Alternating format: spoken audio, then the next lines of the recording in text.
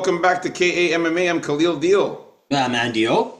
And we're going to talk about UFC 318, the main card, our early predictions and breakdowns for the main card. Of course, Max Holloway versus Dustin Poirier. We're going to talk about who's in this one here. We finally finished the prelims. They were so long with 9 fights. Main card only has 5 fights here in the main card. So we got Michael Johnson versus Daniel Zellhuber. Then we got 50K Dan Ige versus Patricio Pitbull. Then we got Kevin Holland versus D-Rod Daniel Rodriguez. We got Paulo Costa versus Roman Kopylov. And the main event of the evening, Max Holloway versus Dustin Poirier, Part 3 for the BMF title, the bad motherfucker title. And yeah, man, I'm looking forward to this. So let's start it off with the first fight here. Daniel Zellhuber versus Michael Johnson. Who you got here, Andio? I can't pick Michael Johnson here. What is he, like 45? Something like that. He's 39. 39. Oh, okay. Yeah, Michael Johnson, always the guy that's, they say, capable of beating anybody, or also capable of losing anybody, like his 23-19 record suggests here. Last fight, he beat Ottoman Izatar, who I don't even know is coming back into the UFC. And prior to that, he beat Darius Flowers, who may not even be UFC caliber himself. But before that, brutally knocked out by Diego Ferreira here. I just think that surprises from Michael Johnson against good guys like Daniel Zellhuber may come further and more spread apart these days. Daniel Zellhuber, he's going to be lankier. He's going to be 13 years younger here, and he may have the advantage everywhere. And I think he's actually going to probably take down Michael Johnson a few times here, just to show that he's improved even more in his grappling game, because I think it's kind of underrated. And I think he's going to keep his length and just piece Michael Johnson apart. If Michael Johnson gets too aggressive, I think he's going to get knocked out here. So give me a finish here for Zellhuber by knockout or sub. Nice, man. I'm in agreement as well. Michael Johnson, man, this guy's been in the UFC for such a long time. He's known for his fast and aggressive striking style. He's got powerful punches and kicks. He likes to engage in close quarters. But he doesn't really, he's not very defensive at all. He gets hit a lot in his fights. He gets flatlined a lot, gets beat up a lot in his fights. He does have some elements of wrestling and takedowns, so he is well-rounded. Michael Johnson's striking is basically the key component of his fighting. He's known for quick hands, powerful punches. He mixes in kicks to set up his strikes. He's willing to work the body, so he likes to get a lot of body punches. Again, he does have wrestling as well. He's got a decent wrestling game. He's got very good double leg and single leg takedowns.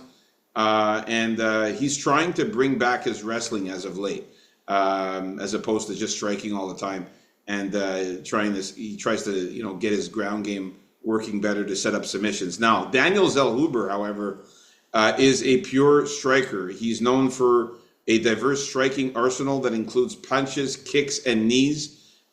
He's very measured. He's very tactical. He's very patient. He's got very technical striking. He's able to incorporate a flurries of attacks. He attacks at the right time, very precise with his punches. He's got very good head movement, and he manages distance very well in his fights. He likes to keep an optimal distance from his opponents. He likes to circle a lot around his opponents, and he likes to dictate the pace of the fight. He avoids getting drawn into brawls, and he's a very safe fighter. Now, he's 26 years old compared to 39 for Michael Johnson, so he's much younger. He's going to also have a 3-inch height advantage. He's going to also have a 3.5-inch reach advantage over Michael Johnson. I'm just hoping that he keeps this fight standing, because Daniel Zellhuber is not really known to be that great on the ground. Although he does have some submission skills, He'll show it. He's decent on the ground. He's not the greatest on the ground. I think Michael Johnson might be a little bit better at wrestling there than Zellhuber. But I think Zellhuber's takedown defense is enough to stop Michael Johnson from getting the double leg or single leg takedowns. His reach advantage for Zellhuber is going to be good here. I'm going to go with Daniel Zellhuber to get the win. I say he wins by knockout or decision. I think he's just overall a better fighter than Michael Johnson, and he's tough too at a young age. His gas tank's going to be better than Michael Johnson's as well. He's better on the ground too than Michael Johnson. All right, so we're in agreement with the first fight here of the main card. That's good. Let's move on up to the next fight here. We got 50K Dan Ige against Patricio Pitbull, who I'm also calling a fraud. Patricio Freire, the Pitbull. I think he's a fraud, man. There was so much hype about Patricio Pitbull when he made his UFC debut there, and he fought Yair Rodriguez. He didn't use any takedowns at all. He didn't try to get any takedowns in that fight, didn't try to use any wrestling in that fight. He kept the fight standing the entire time, which everyone thought was ridiculous. And then he lost, of course, by unanimous decision to Yair Rodriguez, who was just piecing him up on the feet easily. Dan Ige, this guy is known for his aggressive, pressure-based fighting style. He uses strong wrestling and jiu-jitsu to inflict damage on his opponents. He's got a collegiate wrestling background. He holds a black belt in Brazilian jiu-jitsu, as well as a brown belt in judo. Dan Ige is known for his ability to take opponents down. And once on the ground, he excels at maintaining dominant positions on the ground, securing submissions or ground and pound. And he can strike effectively. His grappling is a significant part of his arsenal, but he can strike effectively. Now, Pitbull, he is known for a well-rounded, aggressive, and versatile style. He's got powerful striking as well. Now, he's supposed to have strong grappling skills, okay? He's also a black belt in Brazilian Jiu-Jitsu, and he possesses knockout power, but we didn't see any jiu-jitsu in his last fight. We didn't see any of that. He's a good striker, though, with powerful punches, but he also gasses out and gets tired in the later rounds. We saw that against Yair Rodriguez. He was getting tired so badly in the later rounds. So I don't expect him to really use much of his grappling skills in this fight. And if he does, Dan Ige, I think, is better. And I'm going to go with Dan Ige, 50K Ige here to get the win. I think he finishes Patricio Fraud Freire here, the Fraud Pitbull. I'm going with Dan Ige to knock him out or sub him. Yeah, it's funny. I don't remember Dan Ige ever being a wrestling or grappler guy in the UFC at all. And the last, because he's a stand-up guy, he has to stop takedowns, Dan Ige, to get his boxing going. But, it's not only the last fight where Freire didn't go for takedowns. It was several fights, even going back to before he got into the UFC. He just seems to have stopped going for the takedowns. He's small for the weight class. He's old for the weight class. And I don't think he's as durable anymore, especially when it comes to facing a guy like Ige, who hits very hard. Some guys say Dan Ige hits the hardest of all the guys they felt in the division. And what was even more disturbing about the Freire fight against Yair Rodriguez is that most people thought Yair would win the striking battle, but he didn't even throw much Freire. So if you're not going to go for takedowns, you're not going to throw enough, you're going to be tentative. It's not a good mix, and I see Dan Ige just putting a pounding on him overall, getting some more volume, fending off any takedown that Freire may do, and finishing him off by a decision or knockout here. I still think Freire is kind of tough to put away, so I'm going to lean towards decision here, but knockout is possible.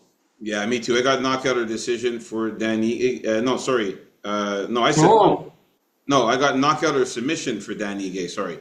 Now I forgot to mention Dan Ige for once is going to be the taller guy. He's going to have an inch height advantage over Freire. Normally he's always the shorter guy against. Yeah, him. He's going to be the bigger guy here. And also that shows you how small Freire is. Yeah, and I forgot to mention also he's going to have a significant 6-inch reach advantage for Dan Ige here.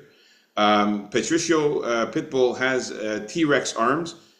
His arms are 65.5 inches, whereas Dan Ige, his reach is 65.5, whereas Dan Ige has a 71-inch reach. So it's a significant 6-inch reach advantage there for Dan Ige. So yeah, I like that a lot for him getting the win. So we're in agreement with the first two fights of the main card. Looking good. Let's get to the next fight here.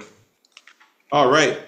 We got my man here, Kevin Holland versus Daniel Rodriguez. Daniel Rodriguez to me has looked. Is it you? Oh, It's you. It's you. okay. Yeah, the Rodriguez here, D-Rod, man. To me, he's looked washed for several fights now. Despite the fact that he's on a 2-fight winning streak, I don't think he's the same. I think he's lost a step. I think he looks more kind of lumbering and slower than he even looked before. His boxing's still pretty good, but he's low volume, and I don't think he's as durable as he used to be. After all, like, the guy's fought like 300 fights. You got to remember, D-Rod. His record may say 19-5, but he's had like a couple hundred prison fights. Don't forget. So all these fights, they add up. So he's kind of shop worn. And he's facing Kevin Holland, who, we gotta say, a main problem of his is his focus and just fighting for a paycheck sometimes, or not really into it. But most of his problems come from guys in the middleweight division, right? Who are heavier than him, who can outpower him, who can take him down and keep him on the ground, and for the most part avoid the subs.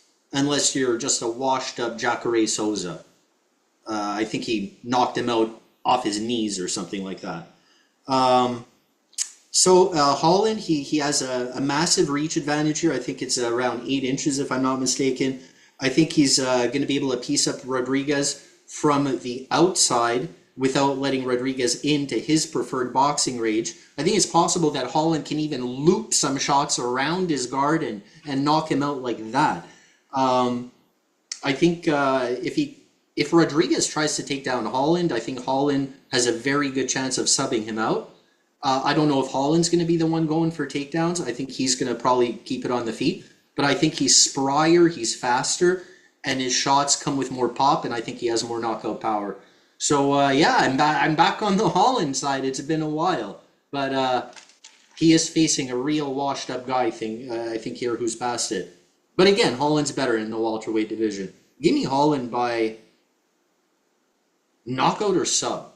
Nice. I'm definitely in agreement, man. This fight is going to be taking place in the welterweight division, as you said. So Kevin Holland's going down in weight, but he's used. Well, you can't really say he's kind of a blend guy. Yeah, I don't think he gains weight going to. You know what I mean? I think he's at the same kind of weight anyway, regardless of where he bounces between middleweight and welterweight. He does it with ease when he cuts weight to welterweight. So he's already a very lean guy, even off season. So he's always keeps himself in good shape. So yeah, for this one here, man, like you mentioned, Daniel Rodriguez was on a 3-fight losing skid. Against he got subbed by Neil Magny, he got knocked out by Ian Gary, and he also lost a unanimous decision to Kevin Gastelum. Then he got a couple of wins. Now, the wins that he got, man, we can't give him that many props. He got a win against Alex Morono. And he won the battle to see who was more washed up. Exactly. That was seriously a split decision win too over Alex Morono. I picked stinking Morono in that one too. We cannot give him props for winning a split decision over a really crappy fighter like Alex Morono. Also, knocking out Santiago Ponzinibbio, who also I think is really not that good anymore. I think by this point I have to say it too. I think he's washed up. Ponzinibbio is washed up now. Now, Kevin Holland, okay, he must have listened to our channel and stuff when I was going on that rant about how he needs to take fights seriously and start winning, because he also was losing when he lost to Roman Dolidze with that rib injury knockout, and also he got subbed by Renier de Ridder. But then after that, he came back, man, and he beat up Gunnar Nelson, beat him up badly, got the unanimous decision win over him. I And think he still also, had too much of a hard time with Gunnar Nelson. yeah, but he did a very fantastic job against a guy like Gunnar Nelson, who's a submission specialist, and also against Vincente Luque, who's also known for grappling and subs, and he actually subbed Vincente Luque with that anaconda choke, which looked awesome in his last fight. He's going to have a 3-inch height advantage over Daniel Rodriguez. He's also going to have a 7-inch reach advantage. So you were close there. You said 8, but it's a 7-inch reach advantage there for Kevin Holland. So yeah, man, I got to go with Kevin Holland. This is the type of fight he needs to win here. He doesn't have to worry about the threat of takedowns from D-Rod, who never takes anybody down. D-Rod doesn't have really much ground game, and he never really uses wrestling. So Kevin Holland doesn't have to worry about that. He's going to keep the fight standing. I actually think if he tries going for a sub, Holland will sub him. So Yeah, maybe if he tries to, yeah. if he tries to go for a takedown or go for a sub, I could see Kevin Holland latching in a guillotine or reversing the ground position, getting on top of him and subbing. Yeah, so it's probably in his best interest not to fool around on the ground, but at the same time, I don't think it's going to win him this fight. I think if Holland loses this fight, it's going to be because of all the Holland nonsense. Listen, Kevin Holland has been taking these fights seriously. I think now he wants that money and he wants those bonuses. That's why he's fighting a little bit more serious now, looking for bonuses now to get that money. He's got a very lavish lifestyle. So I'm going to go with Kevin Holland here to win by knockout or submission as well. I think he gets the finish on D-Rod. And this is the type of fight for him to win. All right. Absolutely. Let's move on up to the next fight here. We're getting to the co-main event. If you guys haven't already, please like and subscribe. We've got Paulo Costa versus Roman Kopylov. For this one here, man, this is a fight where I gotta talk about Paulo Costa, man. This guy, he's a very big guy, very bodybuilder, muscular type of look. Very big guy. He's known for being aggressive and having a pressure-heavy fighting style. He tries to overwhelm his opponents with strikes. He uses a combination of boxing and Brazilian Jiu-Jitsu techniques. He's known for his high knockout rate, as you can see here. Out of his 14 wins, he's got 11 knockouts. He has decent takedowns. His grappling game is okay. It's not his primary focus, though, but he definitely does have some grappling. He is a powerful striker, and he mostly aims to finish fights on the feet with punches and kicks. Now, he's known for walking down his opponents, relentlessly attacking. He was known for. And forcing them up against the cage.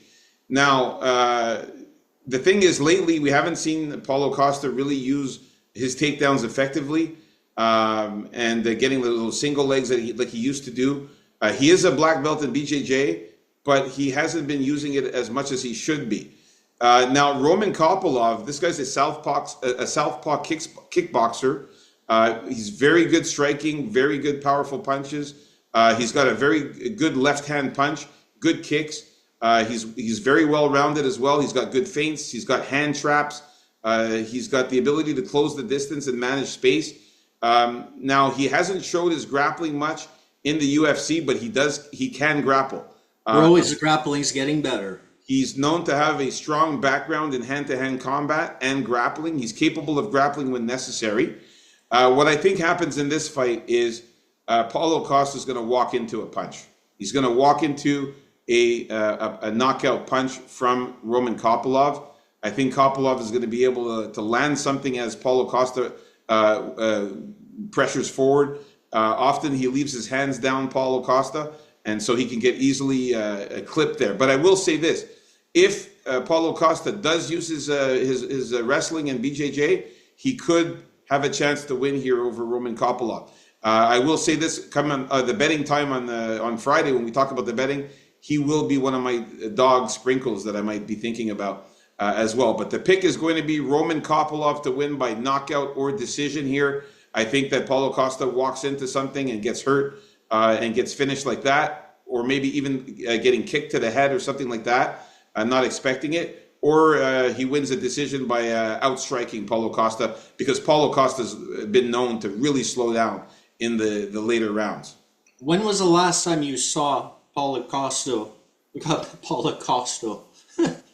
When was the last time you saw him aggressively walk down someone, deliver all that volume, and knock him out. It's been a while, man. I mean, It's been a long, long time. It's been a while since we saw that Costa.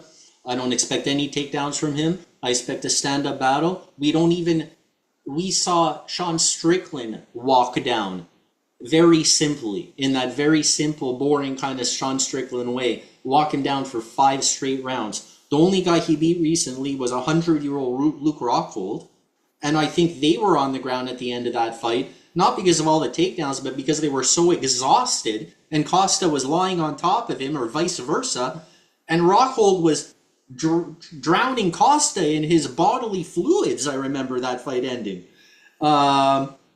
But yeah, no, we got to say one thing though. I mean, Paulo Costa, out of his 4 losses, it's to high level guys. We're talking Israel Adesanya, Sean Strickland, Robert Whitaker.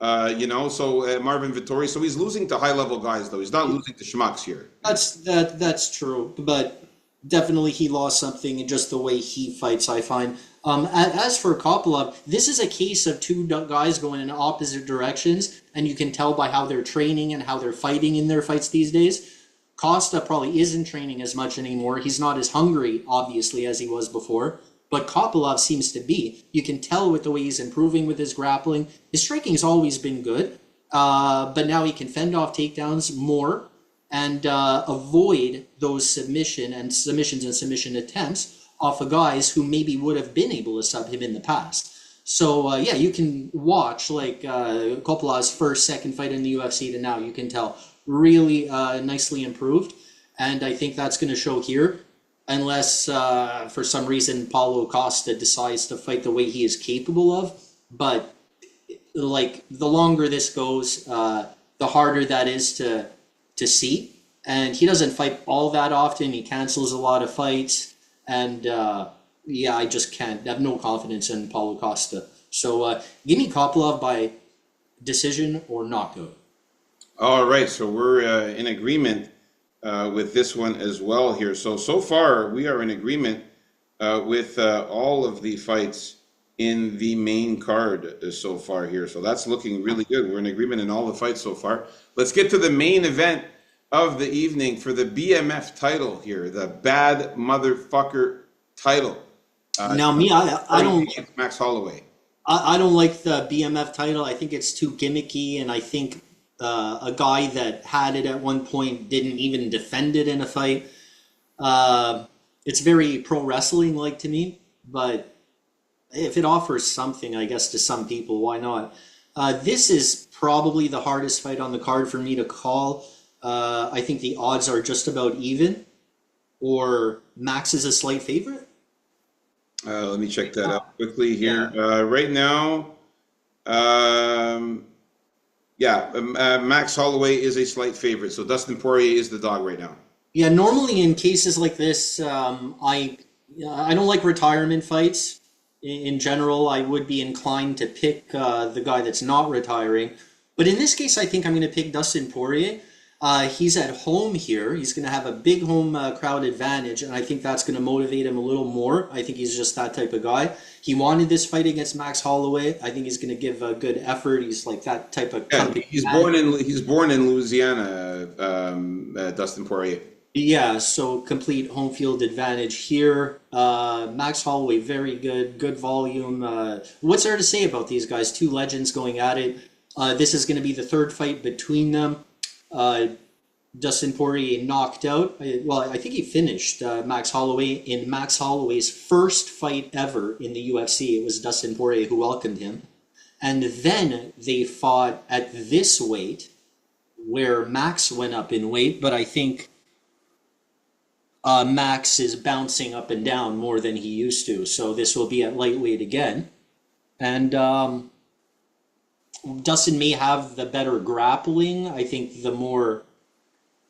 they're both good boxers. I think this is going to be a stand-up battle, and very, very hard to call. Dustin Poirier beat him twice already, man. You know? I know, but it's a long time ago, and it was a long time ago. The first time was an armbar that Dustin Poirier got Max Holloway in an armbar. He was a baby back then, Max Holloway. 2012, yeah. Yeah, no, it's a very, very hard fight to call. I'm probably not going to have any coin on this one. So, but I still look forward to an exciting fight here. So give me Dustin Poirier. I don't know how by let's just call decision or knockout. All right. Now, as I was saying there, Oh, Max. oh yeah, yeah. Sorry, because Max Holloway been knocked out. Let's not forget, eh? For the first time. So maybe his chin isn't quite the same. He's probably fine, but all the more reason to slightly favor Dustin Poirier. Yeah, man. I mean, the first time Dustin Poirier won, it was a long time ago. He got the submission armbar on Max Holloway back in 2012. But then he beat him not that crazy long ago, but in 2019, he beat him by unanimous decision, where he just beat the piss out of him in that fight. And so this is the part three here. Dustin Poirier is well rounded. He's got 15 knockouts, 8 submissions, 7 decisions, very well rounded. I feel like Dustin Poirier has a better ground game than Max Holloway. Max Holloway, though, has very good takedown defense, likes to keep the fight standing. He's a great striker. He's also got powerful punches and kicks. He moves around quickly, Max Holloway. He throws a flurry of punches, a lot of combinations, and he has a lot of volume. So he does throw a lot of strikes. Dustin Poirier, I feel like he hits harder than Max Holloway. I feel like he's a bit bigger than him. You could see the weight there, 155 to 145. So That was the thing. Hey, in their last the second fight there, it was that Max was set to be like undersized in that fight. But I think they're going to be closer here in this fight. yeah, I mean, Dustin Poirier, he's the thicker, bigger guy. And the advantage that Dustin Poirier has, if he does use this in this fight, which I think he has to, is to get this fight to the ground. He needs to take down Max Holloway, get him on the ground, use his ground game, some ground and pound, some submission skills, use his jiu-jitsu skills to take Max Holloway out of there. If he keeps the fight standing, Dustin Poirier, and tries to box it out with Max Holloway, he's going to have a hard time. I think he could beat him standing though. Look, Max Holloway is taller. Okay, he's going to be 2 inches taller than Dustin Poirier, and he's also going to have. But the crazy thing about that, even though he's taller, Dustin Poirier has the reach advantage there. Yeah, Max Holloway has crocodile. He has those T-Rex arms. Yeah, he's got and he likes getting in there to box. He doesn't use range anyway. Yeah, he's got a 4-inch reach advantage, Poirier. So I think that with the reach advantage for Poirier there, that's very good. Like you said, this is a tough one to call here. I'm definitely looking at. You know what? I'm going to go with Dustin Poirier. Fuck it. I'm going to go with Dustin Poirier as well. I'm going to go with the dog here. I think that Dustin Poirier can get this win. He beat him twice already. That always stays on the psyche. It's his, his retirement fight. I think he's going to go out there with a bang. He's going to go out there and give it his all to put everything on the line here. He would like to go out on a high here. So I think he's going to try to get this title and go out like that. But Max Holloway is dangerous, though. He's dangerous on the feet with his striking. Also here, it's not like Dustin Poirier is washed up or anything. No, I mean he's 36 years old. He's still capable of fighting at a very high level. Even his match with Makhachev there was good. Exactly. Yeah. So that's another thing. The opponents that Poirier has fought. I mean, Makhachev was able to submit Dustin Poirier, but Makhachev is at the highest level you can get. Prior to that, he did knock out Benoit Saint Denis, which a lot of people didn't expect. He lost to Justin Gaethje with that kick for the BMF title again at that a year and 11 months ago. They both fought the highest level guys. Yeah, and he did submit Michael Chandler there. So, you know what? I'm going to go with Dustin Poirier. I think he gets the win. So we're in agreement with all of the fights in the main card. This is going to be a really good UFC 318. I hope you guys enjoy the videos. And don't forget to like and subscribe, share the video, leave some comments. And peace out, folks. Can't wait to talk to you guys on Friday for our final thoughts and also for our betting video. Let's kill it again this week. Peace yourself, folks. KAMMA. Let's get it.